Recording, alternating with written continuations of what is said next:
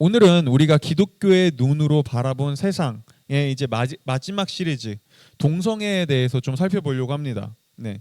오늘 예배 오기 전에 그 나연이가 그 얘기하더라고요. 아침에 너무 그 우리 그럴 때 있잖아요. 늦게 일어나면 늦잠 자면 교회 가기 너무 싫다 그랬더니 이제 다임이가 안 돼. 오늘 주제 동성애야. 도파민 터지는 거야. 재밌는 거니까 빨리 와야 돼. 그래서 네, 눈을 번쩍 떠서 왔다고. 네, 네, 그렇죠. 사실 그 나연이뿐만 아니라 사실 우리가 교회를 다니는 사람이라면 아니 꼭 교회를 다니지 않는 사람이라도 이 주제는 조금 더 관심이 있을 것 같아요. 좀 더 호기심이 있을 것 같아요. 오늘 그리고 우리가 살아가는 세상에서요 동성애를 바라보는 이 시선은 크게 두 가지 정도로 좀 나누어지는 것 같습니다. 먼저 첫 번째는요 동성애를 수용적인 시선, 포용적인 시선으로 바라보는 거예요. 그래서 이 여기에 해당되는 사람들은요 동성애 하면은 아니면 어떤 성소수자들에 대해서 이렇게 얘기하곤 합니다. 아니 그게 뭐 어때서요? 동성애는 그냥 여러 사랑의 모습 중에 하나 아닌가요? 아니 그 사람들이 연애를 하든 결혼을 하든 뭘 하든 그게 도대체 왜 그런 거에 그렇게 우리가 신경 써야 돼요? 아니 그냥 자기들이 사랑하면 그냥 그 존중해 주면 되는 거죠. 아니 남들에게 피해 주는 것도 아니잖아요.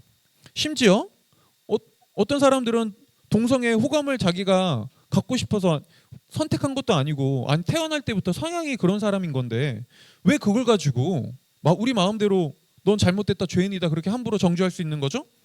아니 하나님 그리고 사랑이라면서요. 그럼 당연히 똑같이 사랑하시고 하나님은 크게 신경 안 쓰실걸요? 라고 얘기하는 사람들이 있습니다. 이게 첫 번째 관점이죠. 동성애에 대해서 수용적이고 포용적인 관점을 가지고 있는 사람들이요. 반면에 세상 한편에서는 동성애에 대해서 또 이런 관점을 가지고 있는 사람들이 있습니다. 부정적으로 바라보는 사람들이에요. 거부감을 가지고 있는 사람들이죠. 그런데 이때 우리는 동성애에 대해서 부정적인 인식을 가지고 있는 사람들 하면은 여러분들의 첫 번째에 떠올리는 이미지는 기독교인들일 겁니다.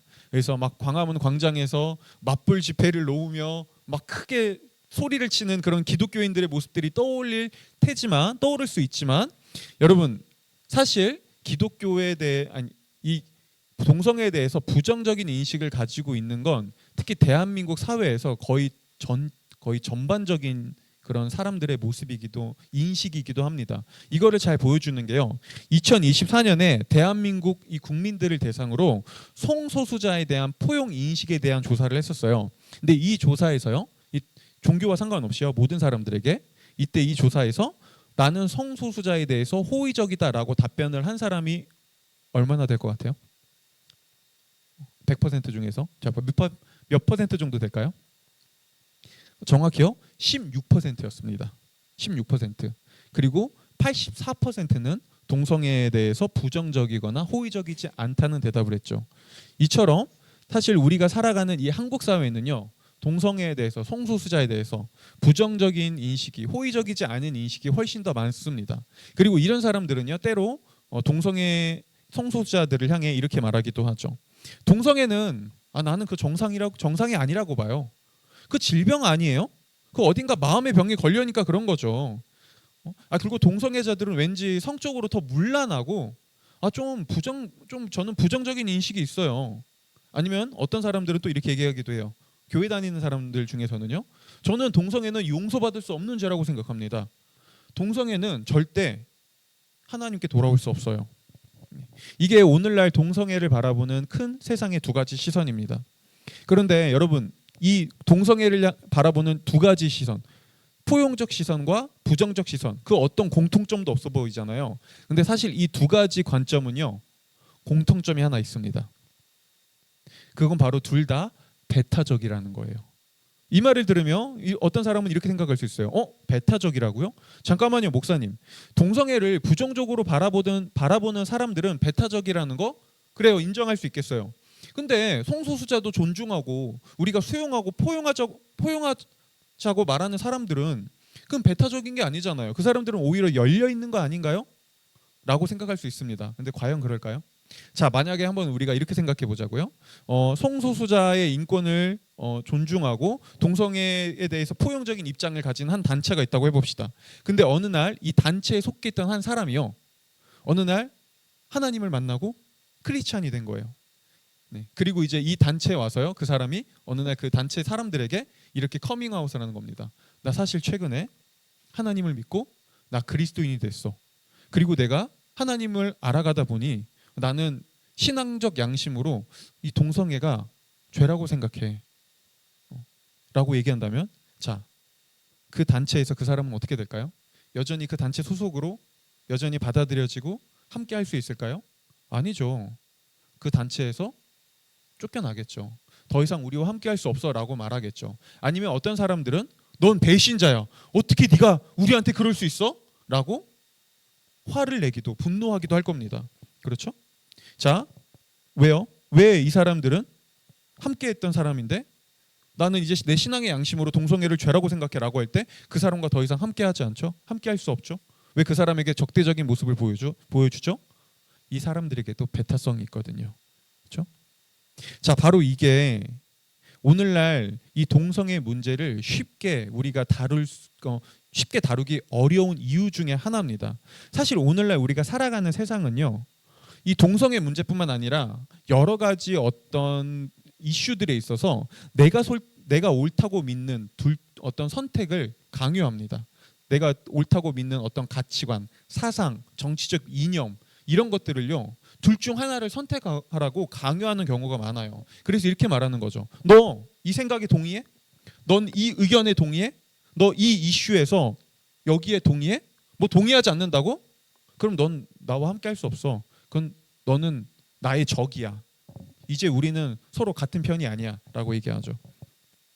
바로 이게 동성애 문제가 여전히 굉장히 민감하고 이거를 쉽게 다루기가 어려운 이유예요. 사람들은요, 동성애 문제도요, 여전히 양자택일의 문제라고 생각해요. 그래서 둘 중 하나를 무조건 선택해야 된다고 해요. 동성애를 수용하든지 아니면 부정적으로 바라보든지. 이 중간지대는 없다고 얘기합니다.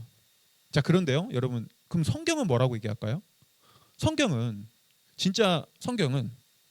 기독교의 동성애에 대해서 수용적일까요? 아니면 부정적일까요? 놀랍게도요, 성경은 동성애에 대해서 이 세상 어디에도 없는 놀라운 균형을 가져다 줍니다. 성경은요, 동성애를 수용하면서도 부정하고요, 부정하면서도 수용합니다.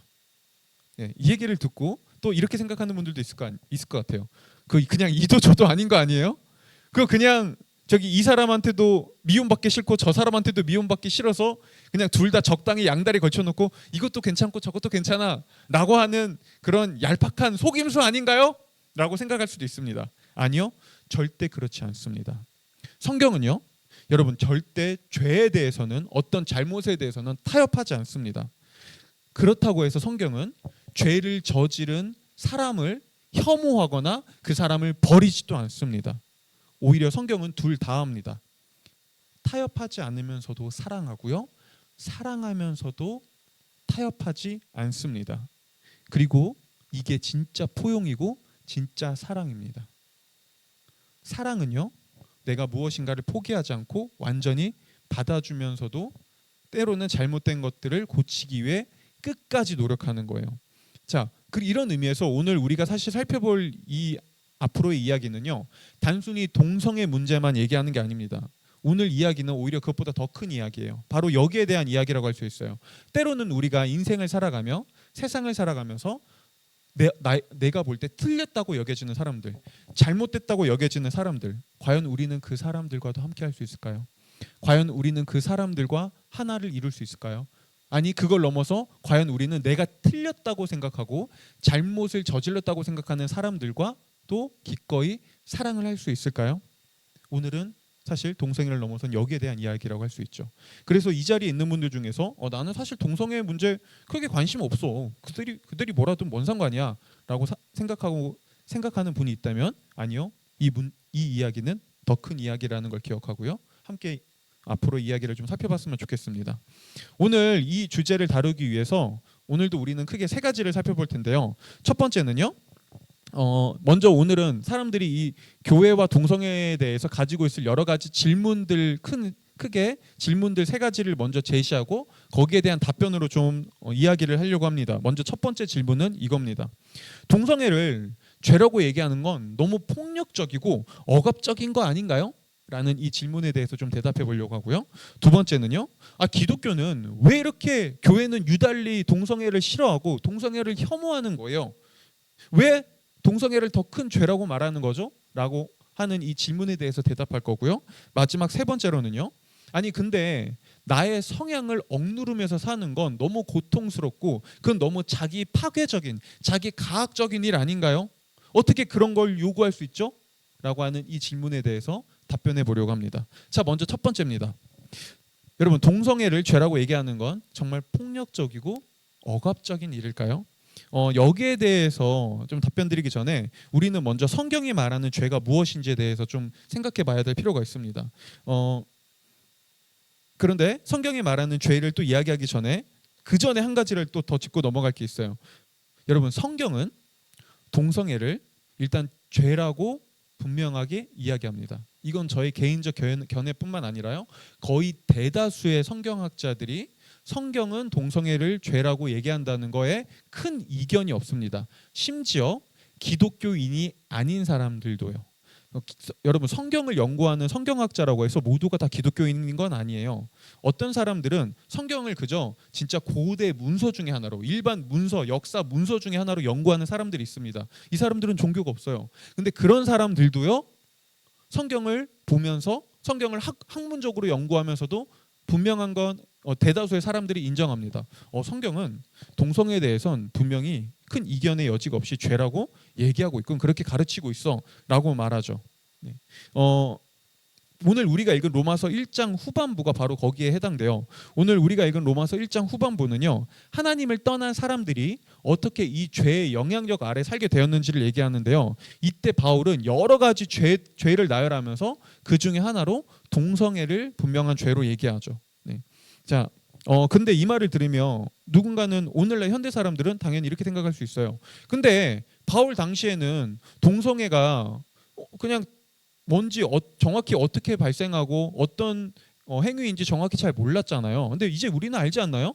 동성애는 때로는 내가 선택할 수 없는 나의 자연스러운 성향 아닌가요? 근데 어떻게 그런 걸 가지고 죄라고 얘기할 수 있죠? 그건 너무 폭력적이에요. 라고 물어볼 수 있습니다. 네, 그렇게 생각할 수 있어요. 얼마든지요. 그런데 성경이 말하는 죄가 무엇인지 알면 이 문제는 사실 그렇게 어렵지 않다는 걸 우리는 쉽게 알 수 있습니다. 물론 이건 기독교에서 말하는 관점이에요. 지금 우리는 기독교적 관점에 대해서 이야기하고 있는 거예요. 그렇죠? 이 사실을 여러분 아셔야 돼요. 먼저 여러분, 성경은요, 죄를 단순히 우리 많이 얘기하잖아요. 네. 어떤 행동, 내가 어떤 행동을 저지른 것, 그거를 죄라고 얘기하지 않아요. 성경이 말하는 죄는 우리 내면에 있는 경향성, 성향이 죄예요.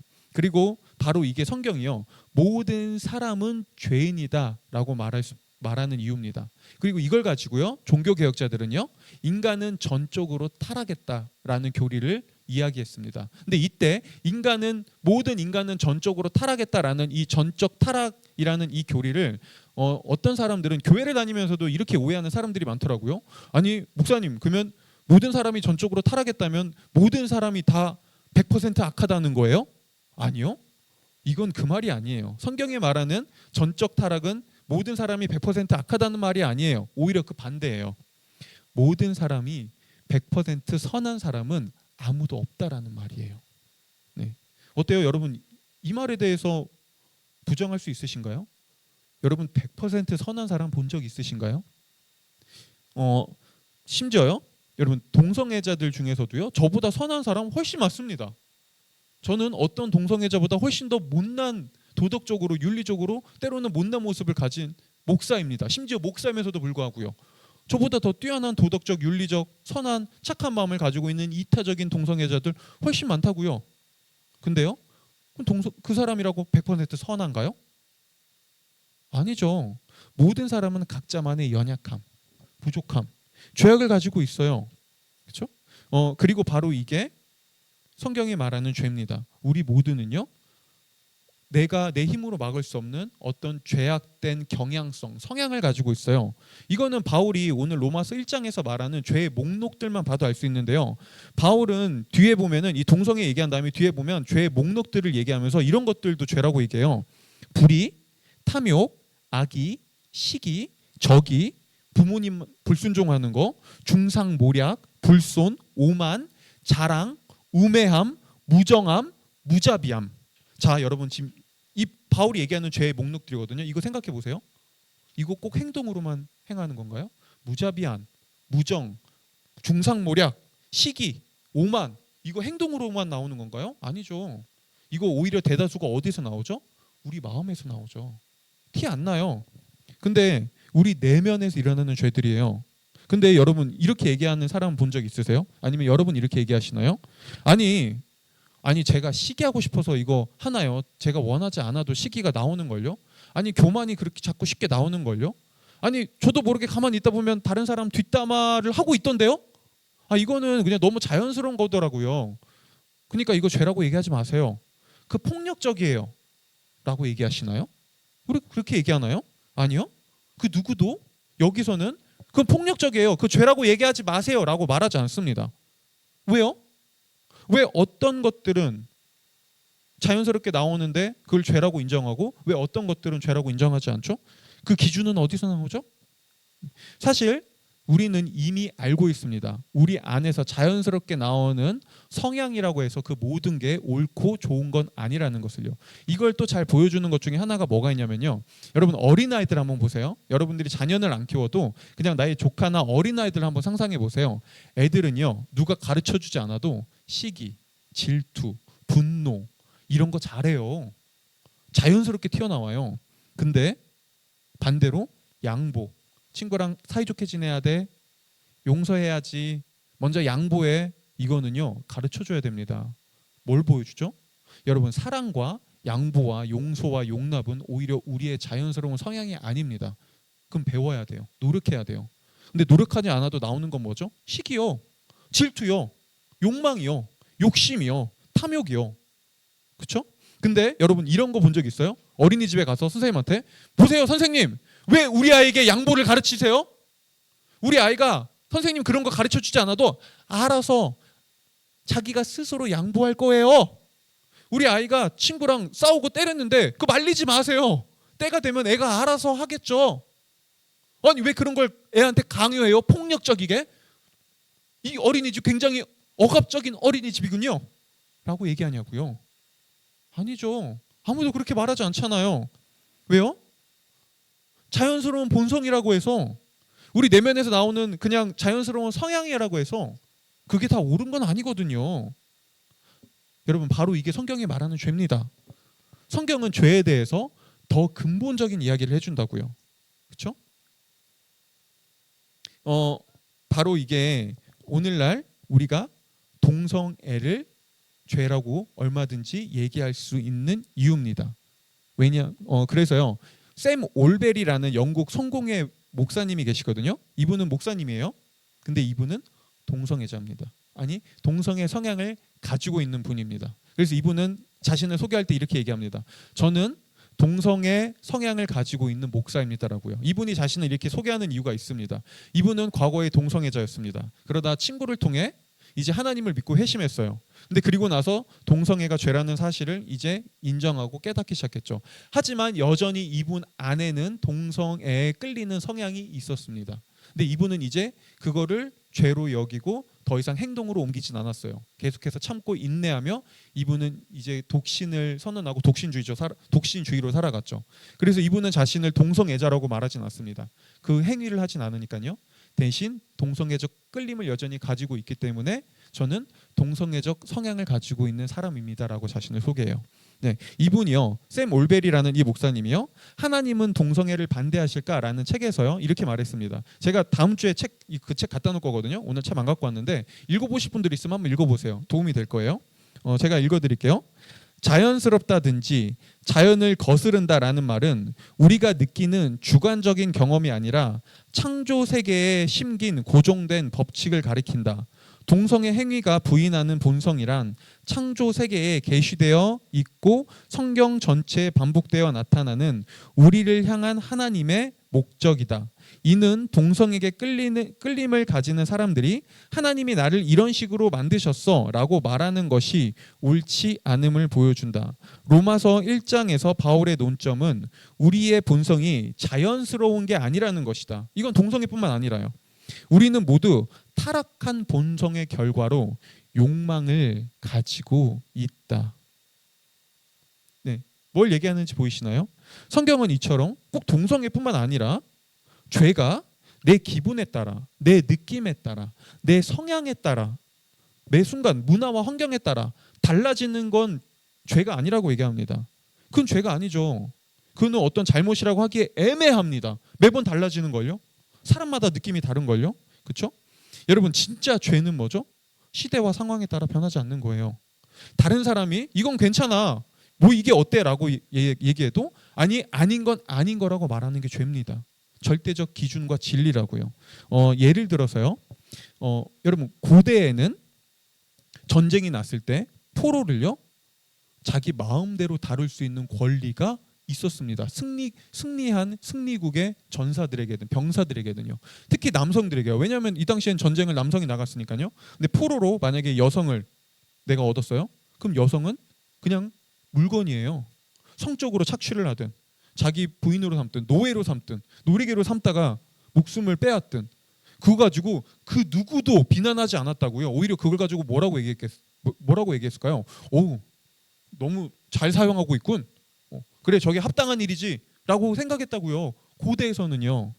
근데 여러분 그런 고대 시대에 하나님이 이스라엘에게 어떤 말씀을 주시는 줄 아나요? 하나님은요. 전쟁의 포로를 그렇게 함부로 대하지 말라고 합니다. 전쟁의 포로를 성적 놀이개로 삼지 말라고 합니다. 자신의 물건과 도구로 삼지 말라고 말씀하십니다. 왜 하나님이 그렇게 말씀하셨죠? 이유는 간단해요. 모든 사람은 하나님의 형상으로 창조된 존중받아 마땅한 인간 생명체였거든요. 자, 이거는요. 그 당시 전쟁 포로를 내 마음대로 다루고 막 성적 놀이개로 삼아도 아무도 죄로 여기지 않는, 아니 오히려 그게 합당한 법적인 세상에서 엄청 파격적인 일이었어요. 아니요, 이건 그걸 넘어서 손해보는 일이었어요. 불편한 일이었다고요. 아니 내 주변국들은 전쟁 포로를 다 나의 재산으로 삼아요. 그럼 내 재산이 많아지는 거잖아요. 내 노예로 삼아요. 그럼 노동력이 생기는 거잖아요. 근데 하나님은요, 이스라엘에게 그거 못하게 했다고요. 이거 안 불편했을까요? 불편했죠. 근데 그럼에도 그들은 그걸 행하지 않으려 합니다. 행하지 않습니다. 왜요? 하나님이 그걸 죄라고 말씀하셨으니까요. 아니 모든 사람이, 모든 나라가, 모든 문화가 그거 괜찮아, 그렇게 하는 거야, 그게 마땅한 거야 라고 얘기해도 그건 아니다. 그건 잘못된 것이다. 그렇죠? 여러분 이게 죄예요. 모든 사람이 야 그게 뭐 어때, 그게 왜 잘못이야, 아니 그건 상관없어 라고 말하는 세상 속에서요, 저도요, 아니 절대적 기준이 있어, 타협해서는 안 될 기준이 존재해 라는 것을요. 그 기준을 누가 얘기해 주냐고요? 세상을 창조하신 하나님이요. 세상의 규칙이라는 걸, 질서라는 걸 두신 하나님이요. 그렇죠? 실제로요. 이런 절대적으로 타협할 수 없는 이 죄에 대한 기준이 없었다면 여러분 우리가 살아가는 이 인류는, 세상은 지금처럼 발전할 수 없었을 겁니다. 지금과 같은 인권, 사랑, 존중, 지금처럼 이렇게 올 수 없었을 거예요. 왜냐하면 죄라는 게, 기준이라는 게 시대와 문화와 환경과 상황 따라, 내 느낌과 내 기분 따라 달라지면 그걸 누가 지키려고 해요? 아니 그걸 굳이 왜 지켜야 돼요? 나중에 달라질 수 있는 건데. 그렇죠? 바로 이게 성경이 동성애를, 그리고 동성애뿐만 아니라 다른 죄들을 성향에 상관없이 죄라고 얘기하는 이유입니다. 성향이라고 죄가 아닌 건 아닙니다. 하나님을 떠난 인간은 모두 왜곡된 성향을, 왜곡된 마음을 가질 수밖에 없게 됐고요. 각자만의 왜곡된 성향이 있습니다. 이건 사람마다 달라요. 예를 들어서 누군가는 동성애적 성향은 없지만 다른 것에 취약된 왜곡된 성향이 있을 수 있어요. 특별히 뭐 이성에게 유혹에, 성적 유혹에 취약하던가요? 아니면은 자기 합리화, 속임수 이런 것들이 취약한 사람들이 있죠. 그런 성향적 약점을 가질 수 있죠. 그렇죠? 동성애도 마찬가지예요. 누군가는 동성애적 성향이라는 약점을 가질 수 있습니다. 대신 다른 것에선 다른 성품은 다른 성향은 다른 사람보다 더 강할 수 있죠. 일단 동성애적 성향을 가지고 있는 사람은 이성에게 성적 유혹을 시달리진 않겠죠. 그런 유혹은 없겠죠. 대신 다른 유혹이 있죠. 이건 이성애자들도 마찬가지예요. 저도요. 저에게 강한 성향이 있습니다. 때로는 다른 사람보다 더 강한 성향이 있어요. 근데 저에게 다른 사람보다 더 취약한 약한 성향이 있습니다. 저는요. 그걸 기꺼이 인정하고 죄로 받아들입니다. 성향이라고 해서 이건 괜찮아라고 말하지 않습니다. 왜요? 이제 저는요. 내 죄의 기준을 나에게서 가져오지 않거든요. 사람들의 말에게서 가져오지 않거든요. 시대와 상황에 따라 바뀌는 세상의 기준에서 가져오지 않거든요. 이제 저는 하나님에게서 이 기준을 가져옵니다. 그리고 때로는요. 하나님의 이 기준은 저를 좀 더 불편하게 만들어줘요. 저를 때로는 괴롭게 만들어줍니다. 내가 꼭 이렇게까지 해야 돼? 아니 꼭 이것까지. 하지만 그럼에도 불구하고요. 저는 계속해서 그 죄와 싸우려 합니다. 왜냐하면 이제 저는 내 인생의 주인을 나라고 받아들이지 않거든요. 저는 이제 제 인생에 나보다 더 참되고 더 유일한 주인이 있다는 걸 고백하거든요. 그렇죠? 바로 이게 성경이 동성애를 죄라고 얘기하는 이유입니다. 네. 하지만 성경은 그렇다고 동성애가 다른 죄보다 더 크고 더 심각한 죄라고 말하지도 않습니다. 그리고 이게 우리가 살펴볼 두 번째 주제입니다. 오늘날 어떤 사람들은 이렇게 얘기하곤 합니다. 근데 동성애를 죄라고 얘기하는 사람들 보면, 그리고 실제로 기독교인들의 어떤 행동들을 보면 마치 동성애는 다른 죄보다 더 용서받지 못할 엄청 심각한 죄처럼, 용납할 수 없는 것처럼 그렇게 생각하고 막 외치던데요. 정말 동성애가 그렇게 다른 죄보다 더 크고 동성애자들은 그러면 절대 하나님께 돌아올 수 없고 구원받을 수 없는 건가요? 라고 물어보죠. 여기에 대한 대답은요. 결론적으로 먼저 말씀드리면 No! 아니옵니다. 네.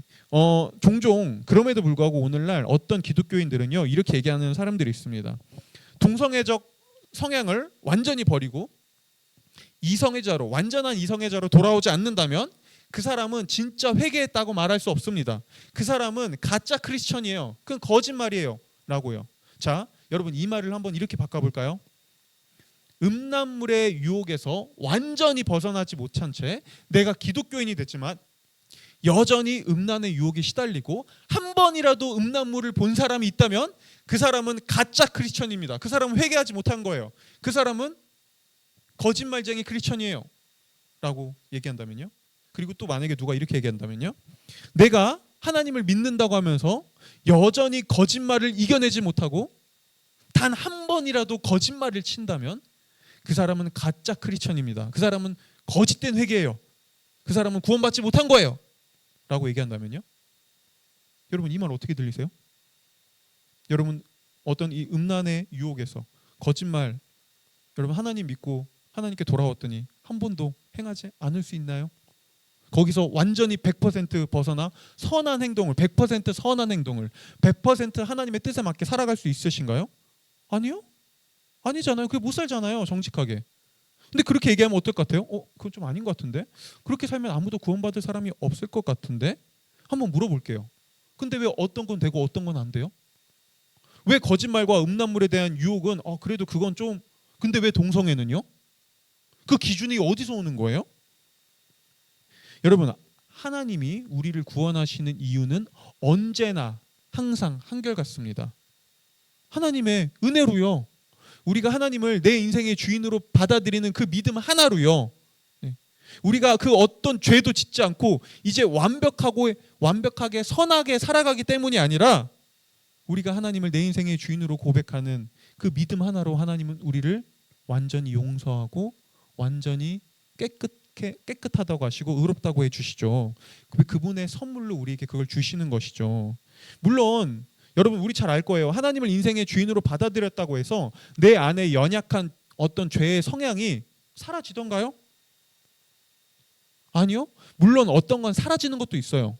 근데요 어떤 거는 시간이 지나는 경우도 있어요. 어떤 성향은 바로 사라지기도 하지만 어떤 성향은 시간이 지나면서 조금씩 사라집니다. 또 어떤 성향은요, 특히 우리가 취약한 성향일수록 죽을 때까지 사라지지 않는 경우도 있습니다.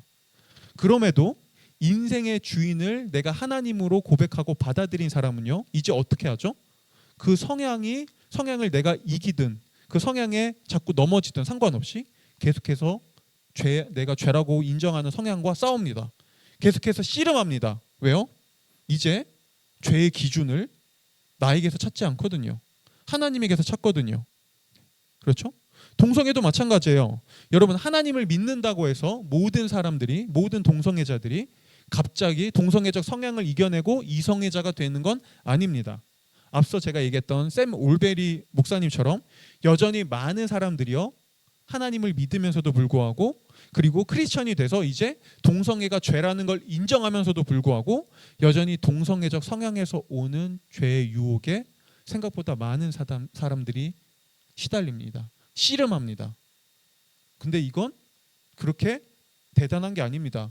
우리가 여전히 죄와 씨름하고 있는 그 문제가 조금 다를 뿐이니까요.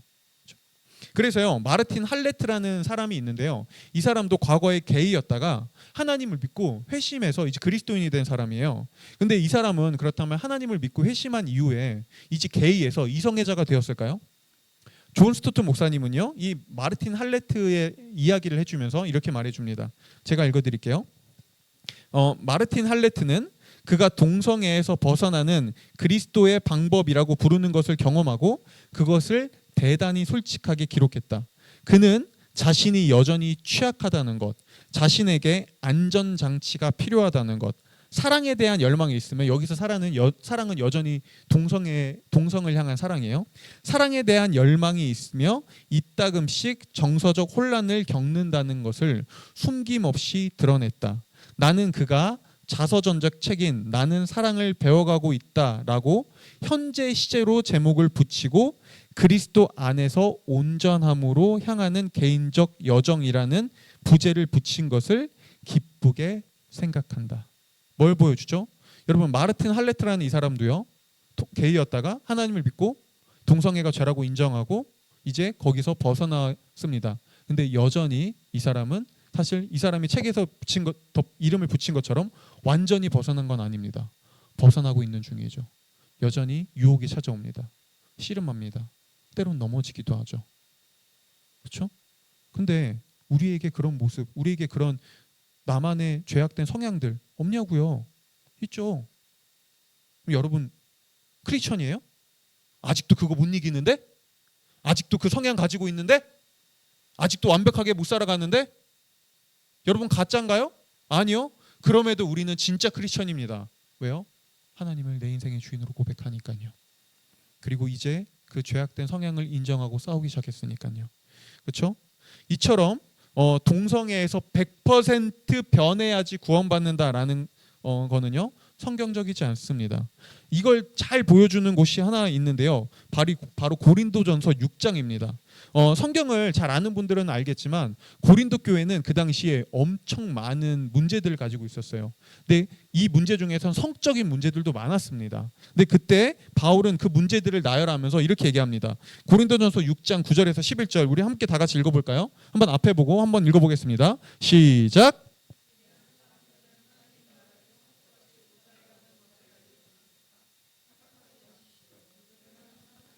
우상을 숭배하는 사람들이나 간음을 하는 사람들이나 여성 노릇을 하는 사람들이나 동성애를 하는 사람들이나 도둑질하는 사람들이나 탐욕을 부리는 사람들이나 술 취하는 사람들이나 남을 중상하는 사람들이나 남의 것을 약탈하는 사람들은 하나님 나라를 상속받지 못할 것입니다. 여러분 가운데 이런 사람들이 덜어 있었습니다. 그러나 여러분은 주 예수 그리스도의 이름과 우리 하나님의 성령으로 씻겨지고 거룩하게 되고 의롭게 되었습니다. 여러분 보세요. 오늘 바울이 고린도전서에서 고린도 교회에 있던 여러 죄들을 나열할 때 여기서 동성애만 쏙 빼서 이건 특별한 죄입니다라고 얘기하나요?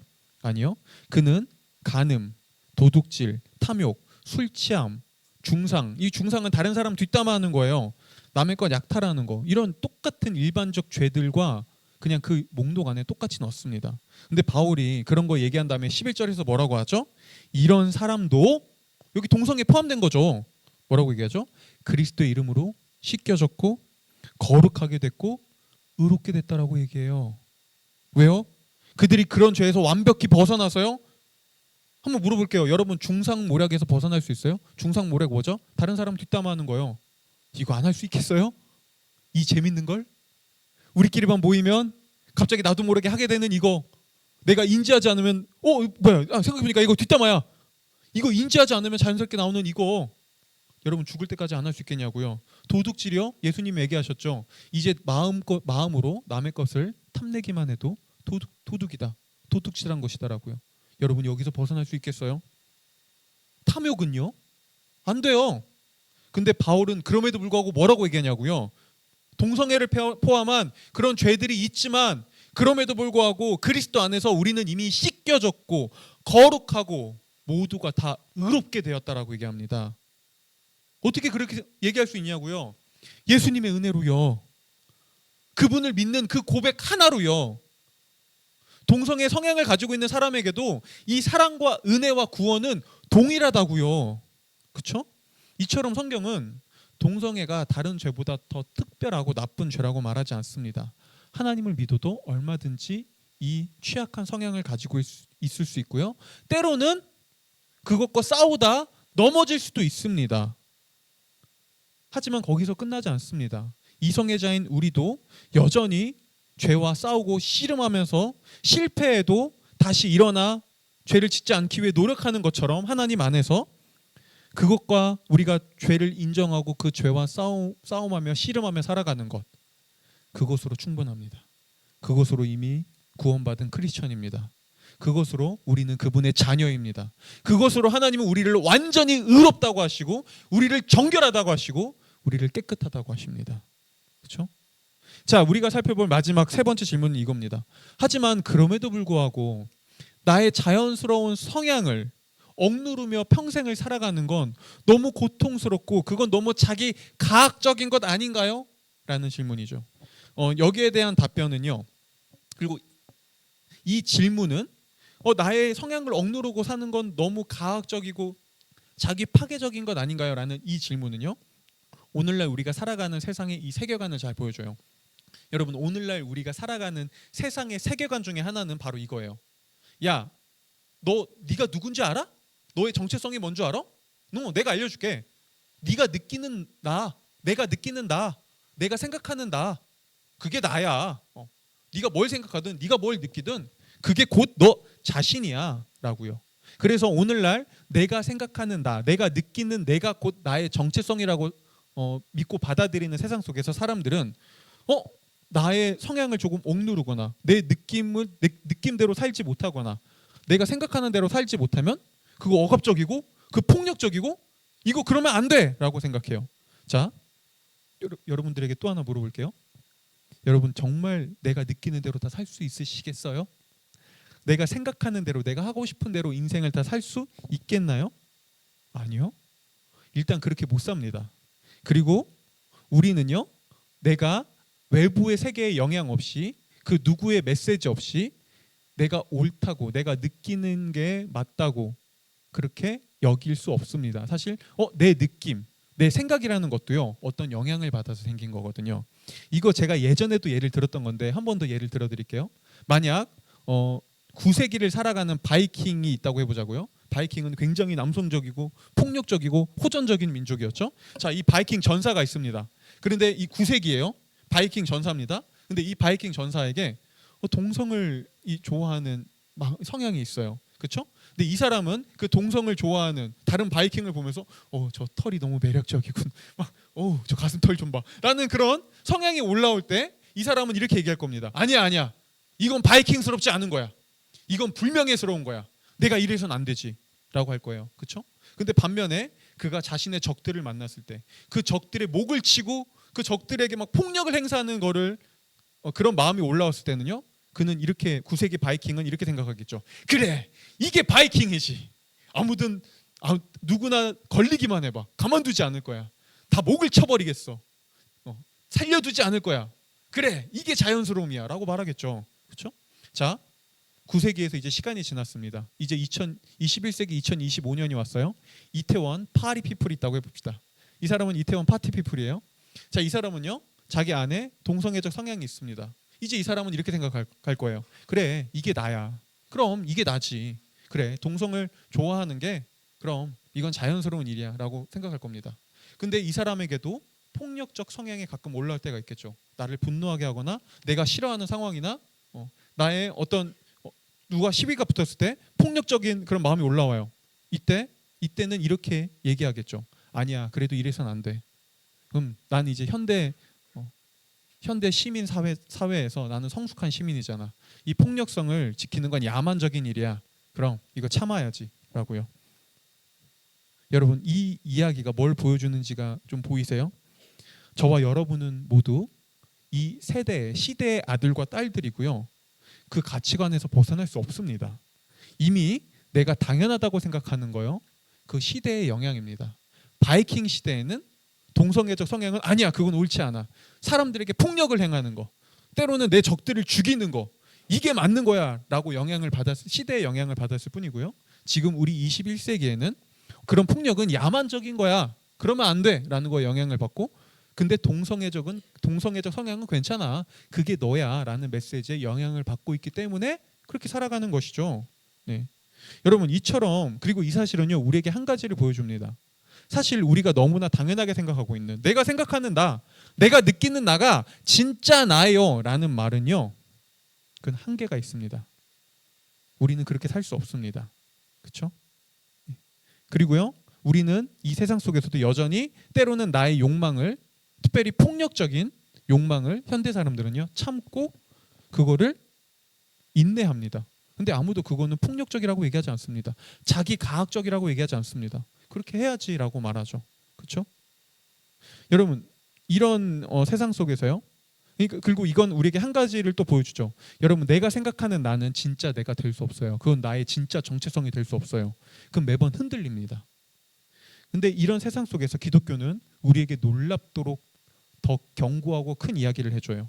바로 저와 여러분의 진짜 정체성은 내가 생각하는 나, 내가 느끼는 나, 다른 사람들이 얘기하는 나, 넌 그런 사람이야, 그래, 그렇게 살면 돼 라고, 그런 나가 진짜 나의 정체성이 아니라 우리를 창조하신 하나님에게서 우리의 진짜 정체성이 나온다고요.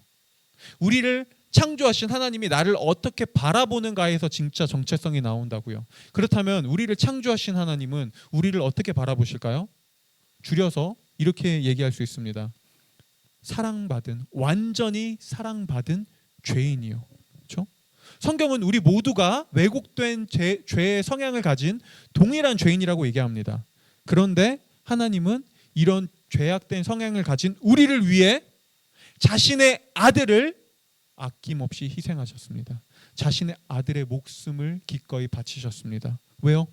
왜 그분이 죄악된 성향을 가진 우리를 위해 자신의 아들을 희생하셨죠?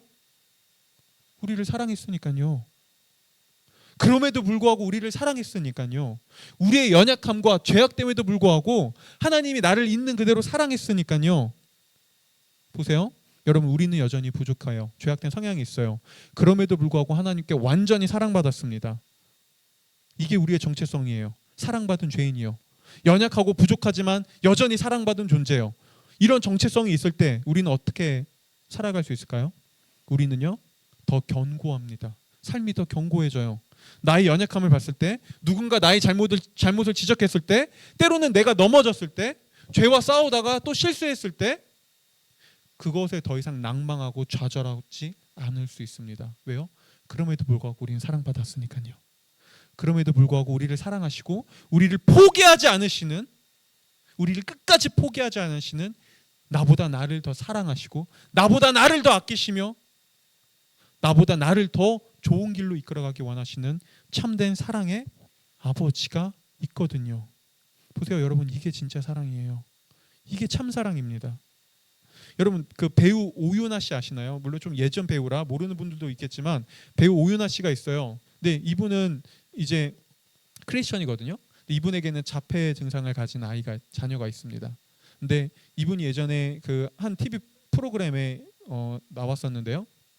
거기서 이 자폐를 가졌으니까 아이가 가끔 막 자기 감정을 주체하지 못해요. 막 마구잡이로 자기 하고 싶은 대로 행동을 합니다. 그렇게 막 엄마에게, 사람들에게 상처를 주고 때로는 자기에게도 상처를 줍니다. 오윤아 씨 어떻게 할까요? 사랑하니까 그래 그냥 그렇게 해라고 할까요? 아니요. 내버려 두지 않습니다. 때로는 엄청 엄격하게 다가가 혼내고 그걸 바로 잡아줍니다. 근데 그 병을 가지고 있는 아이가 그게 쉽게 바뀔까요? 안 바뀌죠. 쉽게 안 바뀝니다. 근데요, 오윤아 씨는 포기하지 않습니다. 아이가 변할 때까지, 조금이라도 나아질 때까지 포기하지 않습니다. 왜요? 그게 진짜 사랑이거든요. 사랑은 상대방의 잘못을 나몰라라 하지 않습니다. 왜곡됨을 나몰라라 하지 않습니다. 바로 잡아주려고 합니다. 언제까지요? 끝까지요. 평생이요. 포기하지 않고요. 왜요? 그게 사랑이니까요. 이게 우리를 향한 하나님의 사랑입니다. 하나님은 우리의 죄악됨에도 불구하고 우리를 사랑하시지만 우리의 죄악됨에도 불구하고 우리를 사랑하기 때문에 우리를 변해가게 하는 것을 포기하시지 않습니다. 우리를 끝까지 붙드십니다. 앞서 말했던 샘 올베리 목사님의 이야기를 다시 한번 들려드릴게요. 이건 앞에 글 있거든요. 한번 같이 보면 좋을 것 같아요. 나는 고기를 대단히 좋아한다. 그러나 내가 고기를 좋아한다고 해서 육식 취향을 나를 이해하는 1차적 범주로 생각하길 바란다는 뜻은 아니다. 그러니까 내가 고기를 좋아한다고 해서 나는 고기 좋아하는 사람이야가 내 정체성은 아니라는 거예요. 그것은 내 모습의 일부이긴 해도 내 정체성의 핵심은 아니다.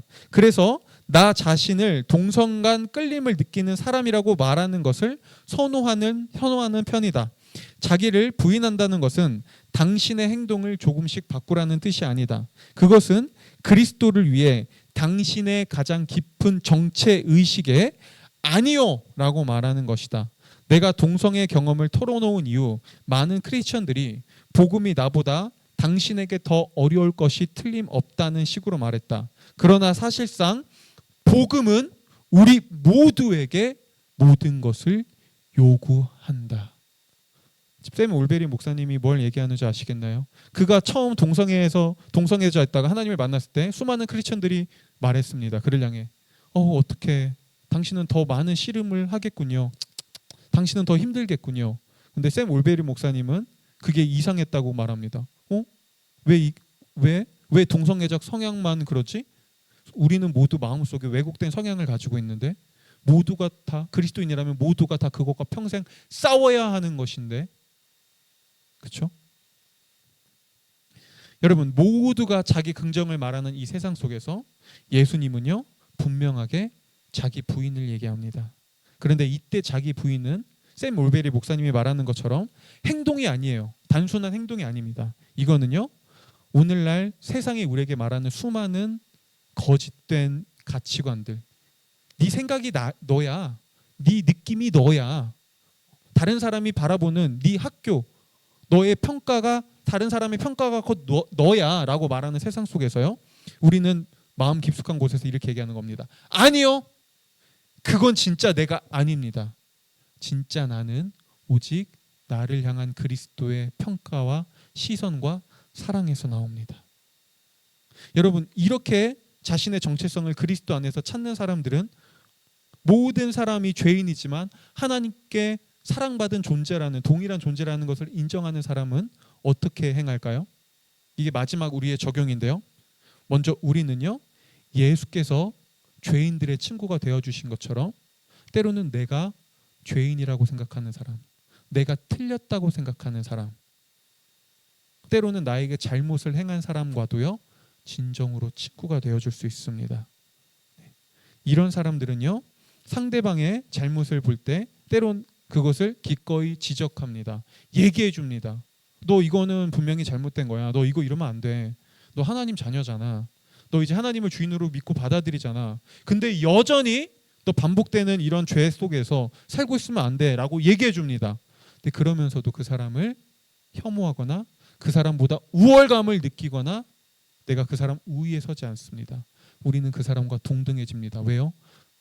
나에겐 너와 다른, 하지만 또 다른 죄가 있다는 사실을 인정하니까요. 그래서요 나는 너와 다른 죄가 있어. 사실 우리는 동등해. 우리는 여전히 그럼에도 같은 죄인이고 같은 친구야 라고 얘기할 수 있죠. 이게 예수께서 하신 일이죠. 예수님은 그 당시에 수많은 죄인들의 친구가 되어주셨습니다. 근데 그렇다고 해서 예수님은 그들의 죄를 인정하지도 않았습니다. 왜요? 예수님은 그들의 죄를 위해 죽으셨거든요. 뭘 보여주죠? 예수님은 그들의 죄를 엄청 심각하게 생각하셨어요. 자신이 그 죄를 대신 지고 죽을 만큼요. 하지만 예수님은 그만큼 그들을 죄악됨에도 불구하고 사랑하셨죠. 그리고 예수님은 그들을 회복하기를 원하셨습니다.